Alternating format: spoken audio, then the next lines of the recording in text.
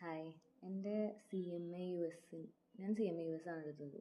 ഒരു സയൻസ് സ്ട്രീമിൽ നിന്ന് വന്നിട്ട് ബി എസ് സി പഠിച്ച് BSc മാത്സ് കഴിഞ്ഞിട്ട് പെട്ടെന്ന് ജോബ് കിട്ടാമെന്നുള്ള ഇതിൽ ഞാൻ C M A U S എടുത്തു. അപ്പം അതിനെപ്പറ്റി ഞാൻ എൻ്റെ ആ ഒരു C M A U S ജേർണീനെ പറ്റി പറയാൻ വിചാരിക്കുകയാണ്. അപ്പോൾ പെട്ടെന്ന് C M A U S എടുത്തു. സയൻസിൽ നിന്ന് കൊമേഴ്സിലേക്ക് മാറുമ്പോഴത്തേക്കും പെട്ടെന്ന് സ്ട്രീം ഇത്ര നാൾ പഠിച്ചു വന്നത് മാറേണ്ട ആവശ്യമുണ്ടോ എന്നൊക്കെ ഒരു ക്വസ്റ്റ്യൻസൊക്കെ വീട്ടിലുണ്ടായിരുന്നു. എനിക്ക് ഇഷ്ടപ്പെടും. ഞാനത് അതിനെപ്പറ്റി എന്താ പറയുക, ഒരുപാട് അന്വേഷിക്കാണ്ടാണ് കോഴ്സ് പോയി എടുത്തത്. ആൻഡ് ദെൻ എടുത്തു കഴിഞ്ഞ് എങ്ങനെയെങ്കിലും രക്ഷപ്പെടണം എന്ന് പറഞ്ഞിട്ട് 24 വയസ്സിൽ ലൈഫ് സെറ്റിൽ, അങ്ങനെയാണല്ലോ അതിൻ്റെ പരസ്യം. അങ്ങനെ ഒരു കണക്കിന് ഫസ്റ്റ് അറ്റംപ്റ്റിൽ തന്നെ പഠിച്ച് പാസ്സായി. 2 എണ്ണം പെട്ടെന്ന് തന്നെ പാസ്സായി. അത് കഴിഞ്ഞപ്പോഴത്തേക്കും പാസ്സായി കഴിഞ്ഞപ്പോഴത്തേക്കും റിസൾട്ട് വന്ന് പാസ്സായി. അത് കഴിഞ്ഞപ്പോഴത്തേക്കും എന്ത് ചെയ്യണമെന്ന് വലിയ ഐഡിയ ഇല്ല. കാരണം നമ്മുടെ ഇൻസ്റ്റിറ്റ്യൂട്ടുകൾ നമ്മളങ്ങനെ ഗൈഡൊന്നും ചെയ്ത് തരൂല. പറഞ്ഞിട്ട് കാര്യമില്ല, സ്പൂൺ ഫീഡ് ചെയ്ത് തരുന്ന പരിപാടി ഉണ്ടാവില്ല. പക്ഷേ 21 വയസ്സ് ലൈഫ് സെറ്റിൽ എന്ന് പറയുന്ന കാര്യമാണ് ഞാൻ പറയുന്നത്. അപ്പോൾ സി എഫ് എമ്മിൽ ഞാനൊരു ഇൻറ്റേൺഷിപ്പിന് കയറി കഴിഞ്ഞപ്പോഴത്തേക്ക് അവിടെ നമ്മൾ C M A U S അല്ലെങ്കിൽ ACCA പ്രത്യേകിച്ച് സി എം എ യു എസ്സുകാരാണ്. കാരണം സി എം എ യു എസ്സുകാർക്ക് അധികം അക്കൗണ്ടിങ് ബേസിക് ഇല്ല.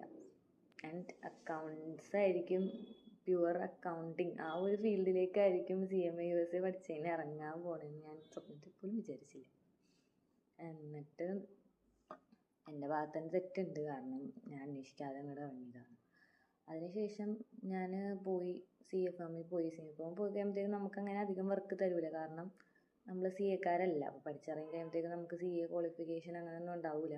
മറ്റേതെന്ന് പറയുമ്പോഴത്തേക്ക് അവർക്ക് ഇതിൻ്റെ ആവശ്യമുണ്ട്. അതായത് ആർട്ടിക്കിൾഷിപ്പ് ഇത് കമ്പൽസറി. അപ്പോൾ ഇത് പഠിച്ചിറങ്ങുമ്പോഴത്തേക്കും ഇതിന് ഫൈനൽ ചെയ്ത് കഴിയുമ്പോഴത്തേക്കും അവർ CA കാരനായി. നമ്മളുടെ കാര്യം വരുമ്പോഴത്തേക്കും അങ്ങനെയല്ല. അപ്പോൾ നമ്മളെ ആദ്യം തൊട്ട് പഠിപ്പിക്കലും അവർക്കൊരു ടാസ്ക്കാണ്. അവർക്ക് പണി ചെയ്ത് തീർന്ന് കിട്ടാൽ മതി. അപ്പോൾ അതും അവിടെ നിന്ന് വലിയ ഗ്രോത്ത് ഒന്നും ഉണ്ടായില്ല. പിന്നെ എൻ്റെ ഫ്രണ്ട് പറയില്ല, അവിടെ വേറെ എൻ്റെ ഒപ്പം തന്നെ വേറൊരു കുട്ടി 2 കൊല്ലം മുമ്പ് CMAS പഠിച്ച് കഴിഞ്ഞിട്ട് സെയിൽസിൽ ഇവിടെ വർക്ക് ചെയ്യുന്നത്. അത് കഴിഞ്ഞിട്ട് ഇപ്പോൾ 2ാമത് ഇതിനകത്തേക്ക് വരാൻ വേണ്ടിയിട്ട് CF എമ്മിൽ ഒന്നുകൂടി കയറിയേക്കണ കുട്ടിക്കുണ്ട്. അപ്പോൾ അതൊക്കെ ആകുമ്പോഴത്തേക്കും എൻ്റെ ഹോപ്പ് ഫുള്ള് പോയി. നമ്മളെന്ത് പറഞ്ഞ് വെച്ചേർന്ന് എന്നിട്ട് നമ്മൾ ചെയ്യുന്ന ജോബ് നോക്ക്, അങ്ങനെയൊക്കെ.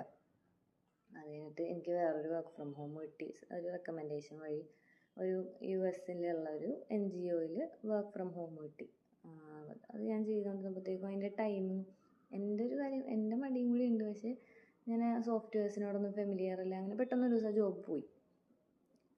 ജോബിൽ നിന്ന് ഇറങ്ങി. പിന്നെ അവരും ഇതാക്കി. അത് കഴിഞ്ഞപ്പോഴത്തേക്കും പിന്നെ ഞാൻ ഒരു ഇരിപ്പായിരുന്നു. പിന്നെ ഞാൻ അത് കഴിഞ്ഞിട്ടൊരു ഇൻ്റർവ്യൂക്ക് പോയപ്പോഴത്തേക്കും CMA US എന്തിനടുത്ത് ഞാൻ പറഞ്ഞ് പെട്ടെന്ന് ജോബ് കിട്ടാൻ വേണ്ടിയിട്ടാണ്. പിന്നെ വേറെ കുറേ അതൊരു ഫേക്ക് മാർക്കറ്റിംഗ് ആണ്, അതാണ് ഇതാണ്. ശരിയാണ്. അവിടെ ഞാൻ ചെന്നപ്പോഴും കുറേ പേര് അവിടെ നിന്നിട്ട് അക്കൗണ്ടിങ് CA-കാരുടെ അടിയിൽ നിന്നിട്ട് അക്കൗണ്ടിങ് പഠിക്കുകയാണ്. എന്നിട്ട് അവർ എൻ്റെ ഒരു ഫ്യൂച്ചറിന് ഭയങ്കര എട്ടങ്ങിയറാവാണ്. അത് കഴിഞ്ഞിട്ട് കാരണം നമ്മൾ ഈ 21 വയസ്സ് ലൈഫ് സെറ്റിൽ എന്ന് പറഞ്ഞിട്ട് ഇവരുടെ ഒരു മാർക്കറ്റിംഗ് കണ്ടിട്ട് നമ്മൾ ഒരിക്കലും ഇതിനകത്തേക്ക് ഇറങ്ങരുത് എന്നാണ് എനിക്ക് പറയാനുള്ളത്. പല കാര്യങ്ങളുണ്ട്. ഇത് പാസ്സാവാൻ തന്നെ അത്യാവശ്യം നല്ല സമയം എടുക്കും. ചിലവർ പെട്ടെന്ന് പാസ്സായാൽ തന്നെ ജോബിൽ കയറാൻ സമയം എടുക്കും. ജോബിൽ കയറിയാൽ തന്നെ ഒരു സെക്യൂർഡ് ജോബൊന്നും ആയിരിക്കും. നമ്മൾ പ്രൈവറ്റിലായിരിക്കും കയറുക. ഗവൺമെൻറ്റിൽ നമുക്ക് ഇതിൻ്റെ ഒരു സംഭവങ്ങളും ഇല്ല. പ്രൈവറ്റിൽ കയറുമ്പോഴും പ്രൈവറ്റിൽ എത്രത്തോളം സെക്യൂരിറ്റി ഉണ്ട് എന്നുള്ളത് നമുക്ക് പറയാൻ പറ്റില്ല. കാരണം പിന്നെ നമ്മൾ US-ൻ്റെ ഒരു കലണ്ടറായിരിക്കും ഫോളോ ചെയ്യുക. അപ്പം നമ്മൾ നാട്ടിൽ തന്നെയാണ് വർക്ക് ചെയ്യണമെങ്കിൽ നാട്ടിൽ നമുക്ക് US-ൻ്റെ കലണ്ടർ ഇത് വെച്ച് ഫോളോ ചെയ്ത് വർക്ക് ചെയ്യുമ്പോഴത്തേക്കും ഹോളിഡേയ്സിൽ വ്യത്യാസം, ടൈമിങ്ങിൽ വ്യത്യാസം. അപ്പോൾ ഒരുവിധം അതായത് 20s-ൻ്റെ ഏർലി 20s-ലാണ് ഈ പ്രശ്നമില്ല. അല്ലെങ്കിൽ കഴിയുമ്പോൾ പ്രാക്ടിക്കലി ഈ കോഴ്സ് എടുത്ത് കഴിയുമ്പോഴത്തേക്കും അതൊരു ബുദ്ധിമുട്ട് തന്നെയാണ്. പിന്നെ ദുബായിലേക്കൊക്കെ പോകണത്. ഇപ്പം ദുബായിൽ പോണ കാര്യമാണെങ്കിലും ഇപ്പോഴത്തെ ഒരു ജിയോ പൊളിറ്റിക്കൽ സിറ്റുവേഷൻ വെച്ചിട്ട് ദുബായിലോട്ട് കയറി ചെന്നാലും എന്താവും സിറ്റുവേഷൻ എന്നറിയില്ല. അപ്പോൾ ഇങ്ങനെ കുറേ പിന്നെ ഇതിന് മെമ്പർഷിപ്പ് ഫീ ഉണ്ട്. നമ്മളിപ്പോഴാണ് അറിയണത് കേട്ടോ. മെമ്പർഷിപ്പ് ഫീ എന്ന് പറഞ്ഞ സംഭവമുണ്ട്. ഞങ്ങളുടെ ഭാഗത്തുനിന്ന് തെറ്റുണ്ട്. ഞങ്ങളെല്ലാവരും മാർക്കറ്റിങ്ങും ഇതൊക്കെ കണ്ടിട്ട് കയറി ഞങ്ങൾ ചെന്നതാണ്. ഇതിനെപ്പറ്റി നല്ലോണം അന്വേഷിച്ചിട്ട് വേണമായിരുന്നു ഇറങ്ങാൻ വേണ്ടിയിട്ട്. ഇതിൻ്റെ പോസിബിലിറ്റീസും നമുക്ക് ഇഷ്ടമാണോ എന്നുള്ള കാര്യം മെയിനായിട്ട് അന്വേഷിക്കാനായിട്ട്. കാരണം അക്കൗണ്ടിങ് എന്ന് പറയുമ്പോഴത്തേക്കും നമ്മൾ ജസ്റ്റ് ഒരു പാസീവായിട്ട് ചെയ്യാൻ പറ്റിയൊരു കാര്യമല്ല. അതിൽ ഡീപ്പായിട്ട് ഇറങ്ങിച്ചെല്ലണം. അതിലിഷ്ടം വേണം. കാരണം നമുക്ക് ഭയങ്കരമായിട്ട് നമുക്ക് എന്താ പറയുക, ഫ്യൂച്ചറിൽ നമ്മളത് ചെയ്യാനായിട്ട് കാണാൻ പറ്റണം. അതൊരു ആസ്പെക്റ്റാണ്.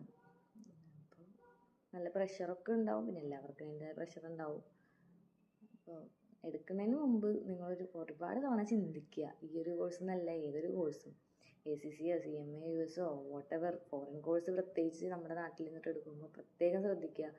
പെട്ടെന്നൊന്നും കയറി ചെന്ന് ഇതായി കൊടുക്കരുത്. കാരണം അതിൽ ഒരുപാട് കാര്യങ്ങളുണ്ട് അതിൻ്റെ പിന്നിൽ. അതുകൊണ്ട് എല്ലാവരും ശ്രദ്ധിക്കുക.